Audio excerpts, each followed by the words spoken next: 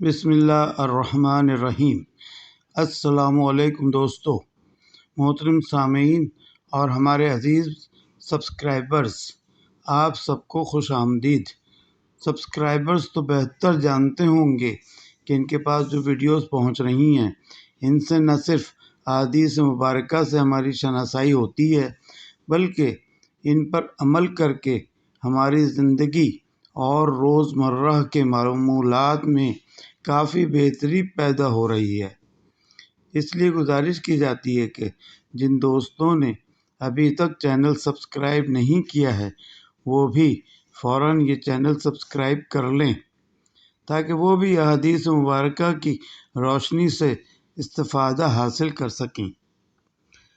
آج ہم اس ویڈیو کے حصہ دوم میں ہمارے پیارے نبی محمد مصطفیٰ احمد مجتبیٰ صلی اللہ علیہ وآلہ وسلم کے حالات زندگی قرآن و حدیث کی روشنی میں آپ کے گوش گزار کریں گے۔ جیسا کہ آپ تمام سبسکرائبر حضرات یہ جانتے ہیں کہ آپ صلی اللہ علیہ وآلہ وسلم کی ولادت، ابتدائی زندگی، آپ کے والدین کے متعلق معلومات، آپ کے پرانے دوست احباب کے متعلق اور آپ کی ازواج مطہرات کے متعلق تمام معلومات آپ کو اس ویڈیو کے حصہ اول میں گوش گزار کی جا چکی ہیں۔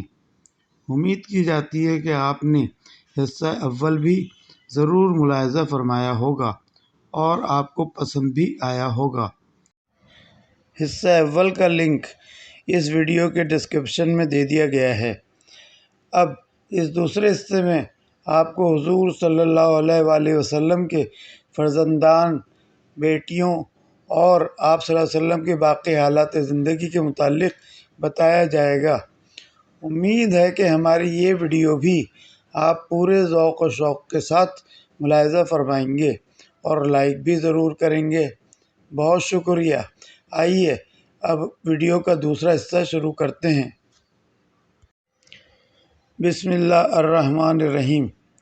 رسول اکرم صلی اللہ علیہ وآلہ وسلم کے 3 فرزندان ارجمند تھے: حضرت قاسم رضی اللہ عنہ، حضرت عبداللہ رضی اللہ عنہ اور حضرت ابراہیم رضی اللہ عنہ۔ آپ صلی اللہ علیہ وآلہ وسلم کے سب سے بڑے بیٹے حضرت قاسم رضی اللہ عنہ کی نسبت سے آپ صلی اللہ علیہ وآلہ وسلم کی کنیت ابو القاسم کہلائی جاتی ہے۔ حضرت قاسم اور حضرت عبداللہ رضی اللہ عنہ دونوں حضرت خدیجۃ الکبریٰ رضی اللہ عنہ کی اولاد میں سے تھے، جبکہ حضرت ابراہیم جو کہ سب سے چھوٹے صاحبزادے تھے آپ حضرت ماریہ قبطیہ کی اولاد میں سے تھے۔ آپ صلی اللہ علیہ وسلم کے تمام فرزندان بہت ہی بچپن کی عمر میں ہی وفات پا گئے تھے۔ آپ کے پہلے 2 بیٹے مکہ معظمہ میں پیدا ہوئے اور مکہ معظمہ میں ہی مدفون ہیں، جبکہ حضرت ابراہیم رضی اللہ عنہ کی ولادت مدینہ منورہ میں ہوئی اور مدینہ منورہ میں مدفون ہیں۔ حضرت محمد صلی اللہ علیہ وآلہ وسلم کی 4 بیٹیاں تھیں۔ سب سے بڑی سیدہ زینب رضی اللہ عنہا، دوسرے نمبر پر سیدہ رقیہ رضی اللہ عنہا، تیسری صاحبزادی سیدہ ام کلثوم رضی اللہ عنہا اور چوتھی اور سب سے لاڈلی صاحبزادی سیدۃ النساء حضرت فاطمہ الزہرا رضی اللہ عنہا تھیں۔ حضرت زینب رضی اللہ عنہا سب سے بڑی بیٹی، جبکہ حضرت فاطمہ الزہرا رضی اللہ عنہا سب سے چھوٹی بیٹی تھیں، اور تمام 4 بیٹیوں کی ولادت حضرت خدیجۃ الکبریٰ رضی اللہ عنہا کے ہاں مکہ معظمہ میں ہوئی تھی۔ حضرت زینب رضی اللہ عنہا جو حضور صلی اللہ علیہ وسلم کی سب سے بڑی صاحبزادی تھیں، ان کا نکاح حضرت خدیجۃ الکبریٰ رضی اللہ عنہا کے خالہ زاد بھائی ابو العاص سے ہوا۔ ان کا ایک صاحبزادہ علی اور ایک صاحبزادی امامہ ان کے اولاد میں تھیں۔ 8 ہجری کو مدینہ منورہ میں حضرت زینب رضی اللہ عنہ کا انتقال ہوا اور مدینہ منورہ میں ہی مدفون ہیں۔ آپ صلی اللہ علیہ وآلہ وسلم کی دوسری صاحبزادی حضرت رقیہ رضی اللہ عنہا، ان کا نکاح قبل اسلام ابو لہب کے لڑکے عتبہ سے ہوا تھا اور ظہور اسلام کے بعد آپ کی طلاق ہو گئی اور حضرت عثمان غنی رضی اللہ عنہ سے ان کا نکاح ہوا۔ ان کی اولاد میں ایک لڑکا عبداللہ اور ان کی وفات 2 ہجری مدینہ منورہ میں ہوئی اور مدینہ منورہ میں ہی آپ مدفون ہیں۔ تیسرے نمبر کی بیٹی حضرت سیدہ ام کلثوم رضی اللہ عنہا حضرت رقیہ رضی اللہ عنہ سے چھوٹی تھی۔ ان کا نکاح بھی قبل اسلام ابو لہب کے دوسرے بیٹے سے ہوا تھا اور ظہور اسلام کے بعد ان کی بھی طلاق ہوئی اور سیدہ رقیہ رضی اللہ عنہ کی وفات کے بعد وہ بھی حضرت عثمان غنی رضی اللہ عنہ کے نکاح میں آ گئیں۔ ان دونوں بیٹیوں کی مناسبت سے ہی حضرت عثمان غنی ذو النورین کے لقب سے نوازے گئے۔ ام کلثوم رضی اللہ عنہ نے سن 9 ہجری میں مدینہ منورہ میں وفات پائی اور وہیں پر مدفون ہیں۔ سیدۃ النساء حضرت فاطمہ الزہرا رضی اللہ عنہا جو حضور اکرم صلی اللہ علیہ وآلہ وسلم کی سب سے چھوٹی صاحبزادی تھیں۔ ان کا نکاح حضرت علی کرم اللہ وجہ سے ہوا۔ آپ کی اولاد میں 2 صاحبزادے حضرت امام حسن رضی اللہ عنہ اور حضرت امام حسین رضی اللہ عنہ تھے اور 2 صاحبزادیاں حضرت زینب رضی اللہ عنہ اور حضرت ام کلثوم رضی اللہ عنہ تھیں۔ حضرت ام کلثوم کا نکاح حضرت عمر فاروق رضی اللہ عنہ سے ہوا تھا۔ حضرت فاطمہ الزہرا رضی اللہ عنہ نے حضور اکرم صلی اللہ علیہ وآلہ وسلم کے وصال کے 6 ماہ بعد 3 رمضان المبارک 11 ہجری کو وفات پائی۔ آپ رضی اللہ عنہ جنت البقیع مدینہ منورہ میں دفن ہیں۔ آپ کے فرزند حضرت امام حسن رضی اللہ عنہ جو کہ آپ کے بڑے بیٹے ہیں، ان کی قبر بھی آپ کے پہلو میں ہے۔ حضور اکرم صلی اللہ علیہ وآلہ وسلم کا سامان زندگی ملاحظہ فرمائیں۔ حضور اکرم صلی اللہ علیہ وآلہ وسلم کے اپنے گھر کے سامان زندگی اور حضور اکرم کی ازواج مطہرات کے سامان زندگی کی ایک جھلک دیکھیے۔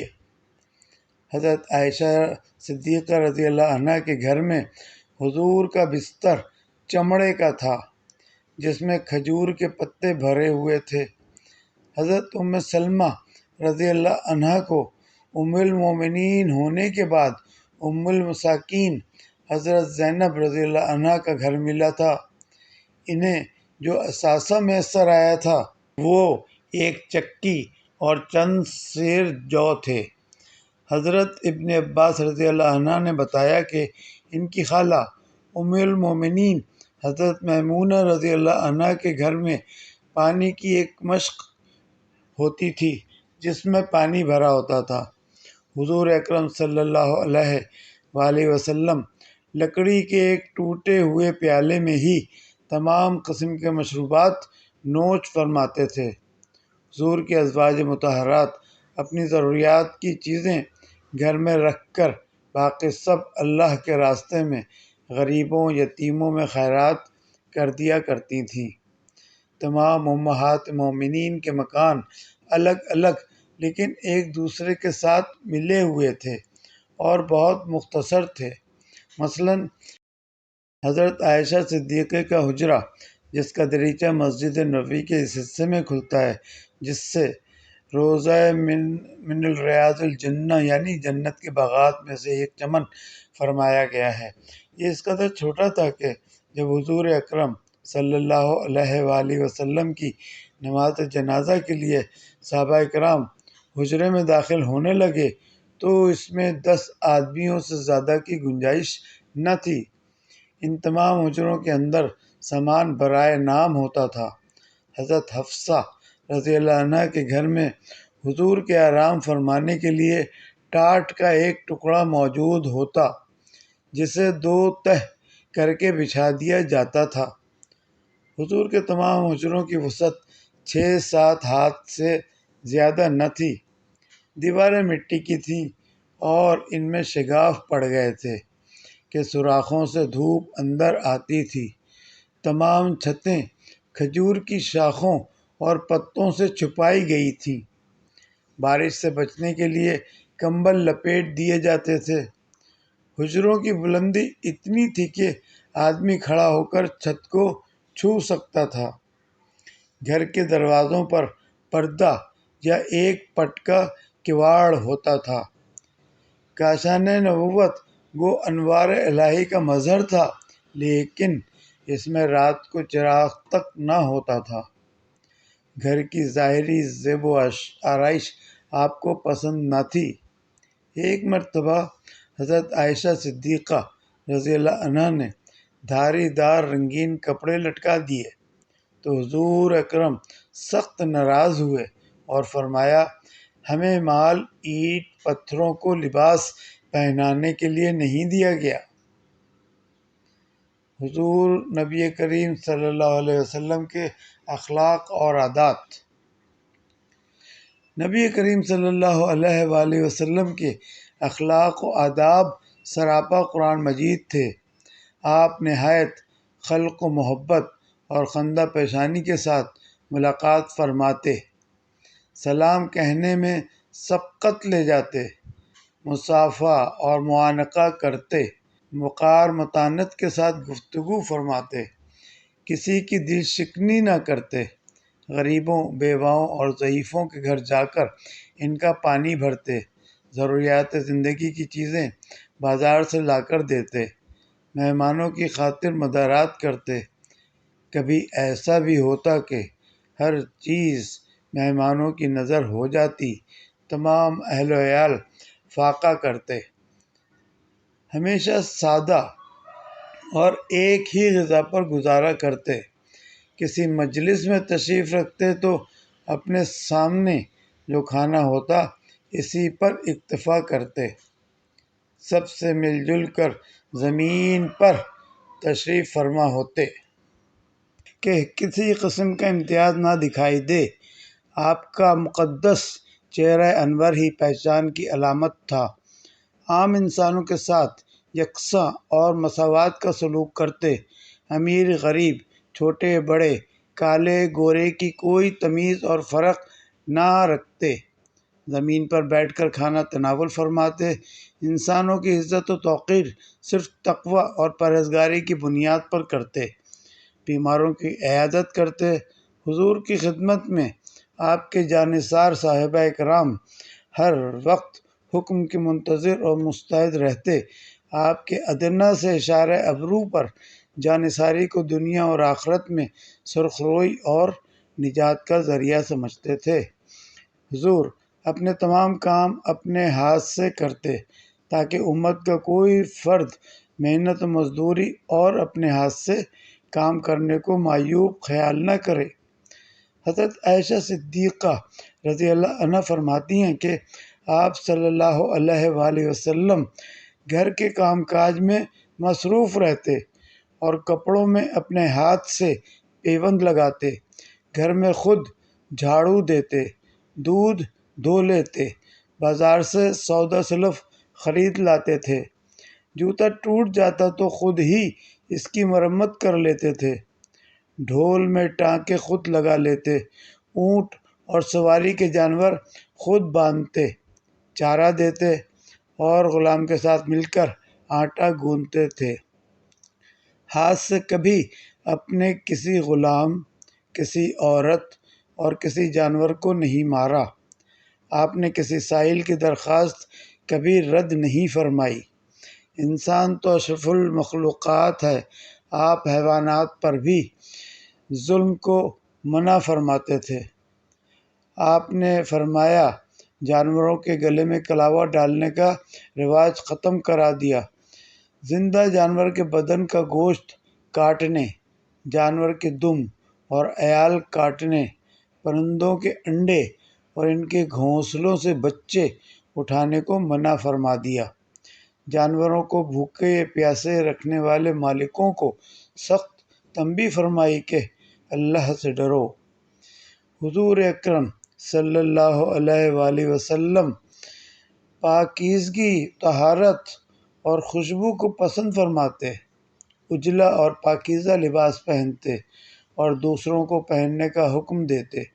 اجتماع عام خصوصاً جمعہ کی نماز کے لیے صاف ستھرا لباس پہنتے، خوشبو اور سرما لگانے کا حکم دیتے تاکہ پسینے کی بو سے دوسرے مسلمانوں کو معمولی سی تکلیف تک نہ پہنچے۔ شرم و حیا کی تلقین فرماتے، دوسروں کے سامنے ننگا نہانے، بے پردہ ہونے، کھڑے ہو کر پیشاب کرنے، زنا، شراب اور سود و فسق و فجور کی سختی سے ممانعت فرماتے تھے۔